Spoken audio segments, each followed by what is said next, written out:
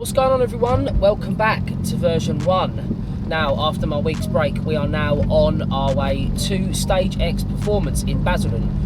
Obviously, coming from having the GPF delete on here now, there's some lights and stuff on the dash that we're going to go and sort out today. And I thought, two birds with one stone, let's talk about the exhaust as well and what I'm doing going forward with having this GPF delete on. As you can probably tell by the thumbnail already, I hate it.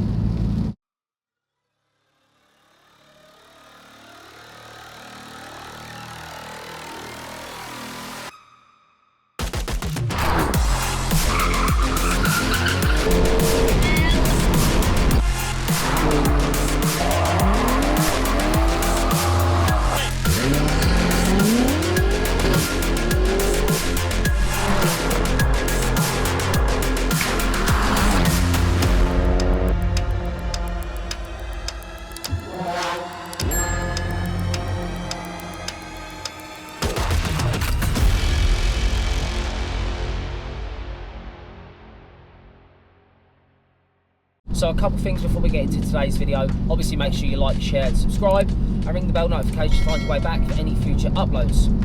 Also, if you missed it on my community page, I got married, so hence no video last week. So I actually got married a week ago, if you're watching this video on a Friday, a week before now. So yeah, there's pretty mental stuff going on, a mental day.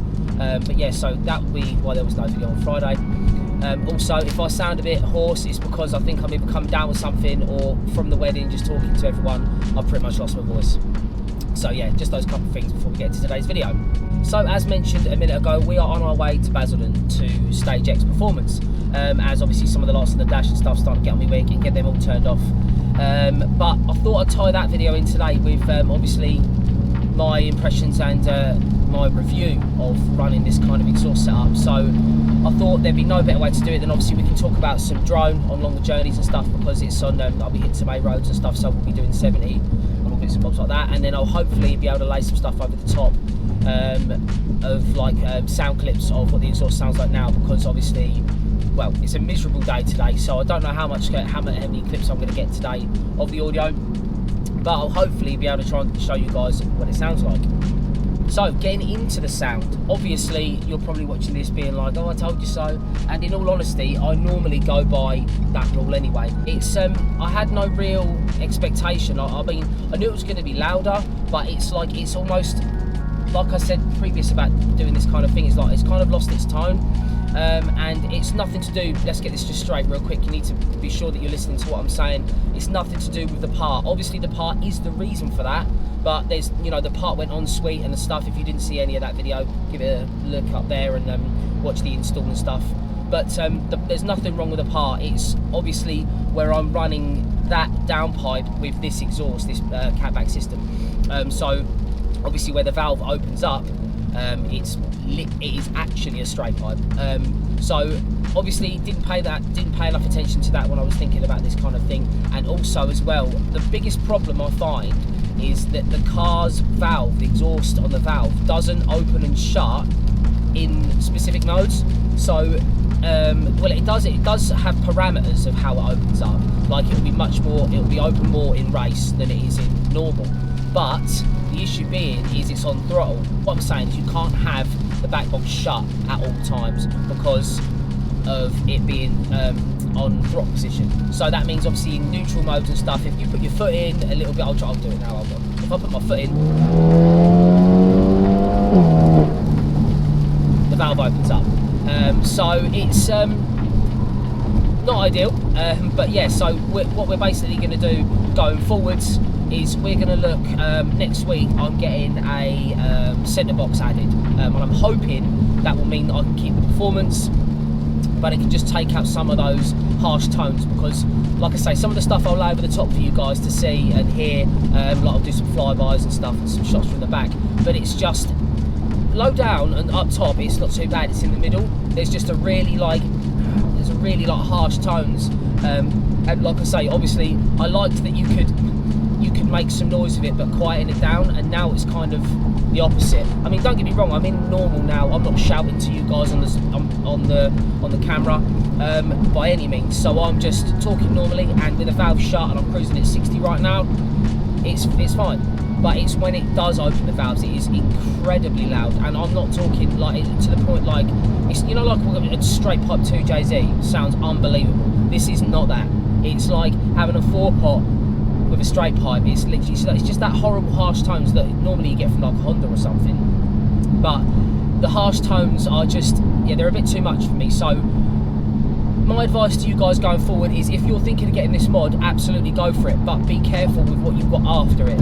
So you're going to definitely need some sort of resonator, or even if your system's resonated, leave the resonator in, don't take it out, don't take your back box out or anything like that as well. But just obviously, if you're going obviously on a DCAT downpipe or a GPF delete on the downpipe, you're definitely going to want something after it, because after it, it's unbearable on race mode. I'll leave the stuff in for you now, and anyway, you can see what you think about it.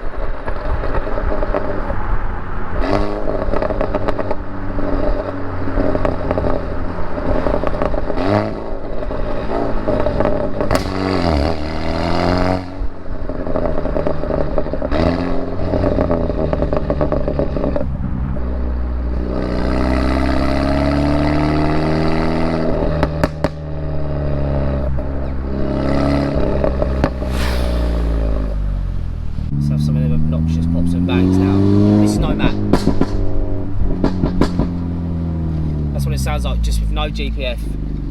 Good Lord.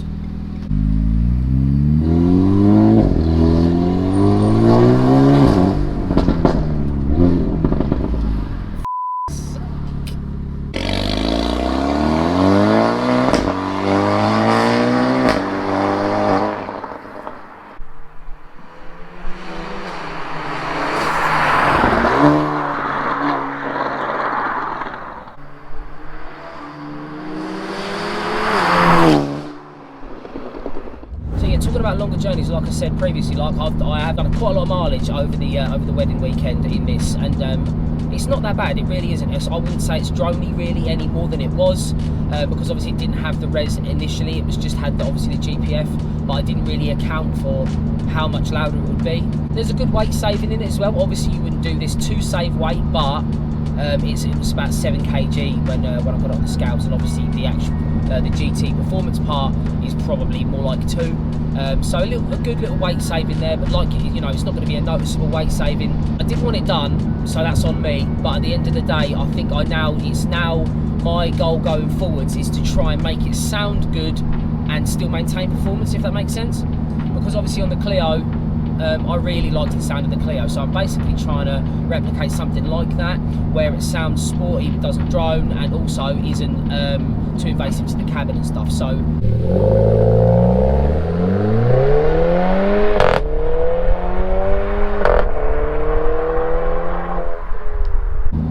we'll see going forward. Like I say, it's booked in next week, so make sure you check out next week's video, because I'll show you the befores and afters with the mid-box, and we're just going to basically take it from there, because I need to do something about the race mode and stuff, like I say, because it's just too much, and like I say, not in a good way.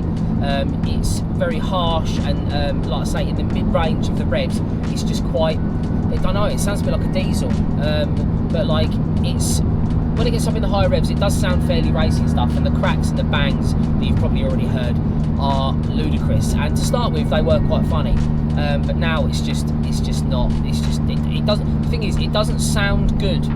It's not me being like, oh, I'm getting old and I need to quieten my car down, because it's a Meg, and you know, when you buy these sportier models, if you're buying them to be quiet and blend in and be boring, then get a different car. But it's more to the point now where, like, honestly, I had no idea how muted the pops and bangs were and stuff when I had the GPF on. It's crazy loud now and stuff, and it's like to the point where people are turning around and looking for the wrong reason, and I don't want to be that guy. So yeah, so going forward, we're going to go for the first thing, we're going to stick a res in it and see how we get on. So like I say, I can maintain the performance and hopefully mean that I haven't got to put the GPF in, because that is on the absolute last thing on my list. If, you know, if we can't get this out back to how we want it, then we'll be putting the GPF back in. But like I say, I'm praying that the Resonator brings back some of the tone, and also means that we've got the ability to, like I say, maintain performance, and then we'll head up to RS Tuning and have a map tweak done, so we can see what the car's going to be, where we can make some gains, and where it's different with obviously running the DCAT downpipe and stuff. Like, I know the numbers probably will be fairly similar, and like I say, I'm not doing this to chase numbers specifically, but content's content, and I want to do all these sort of these tests and stuff so you guys don't have to.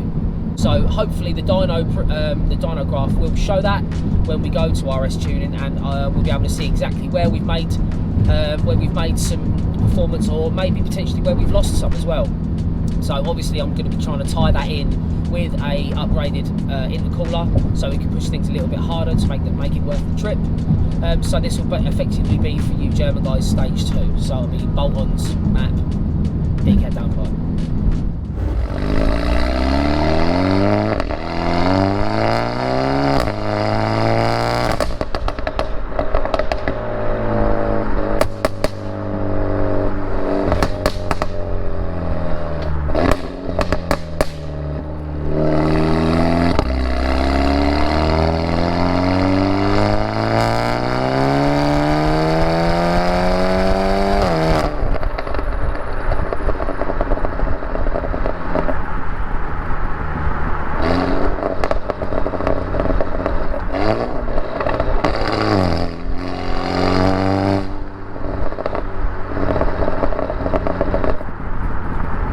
Race mode.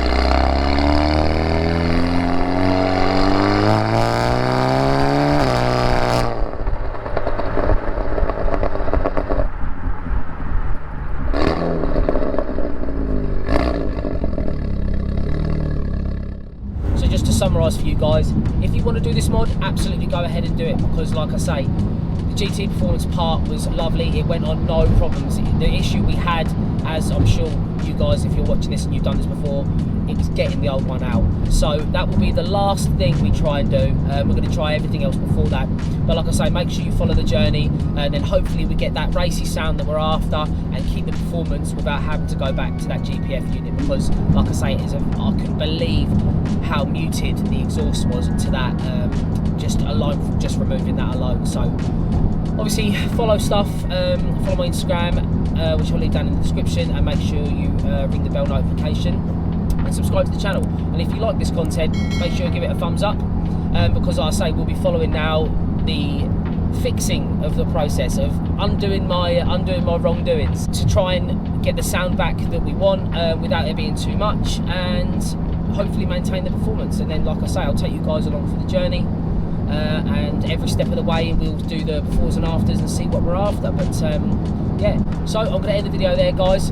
Thanks for the support as always, and thanks to you guys that dropped a message on the community page. I really appreciate it. It's nice to see positivity going around at this time, like I say, because it was just a very hectic time for me with the wedding and stuff.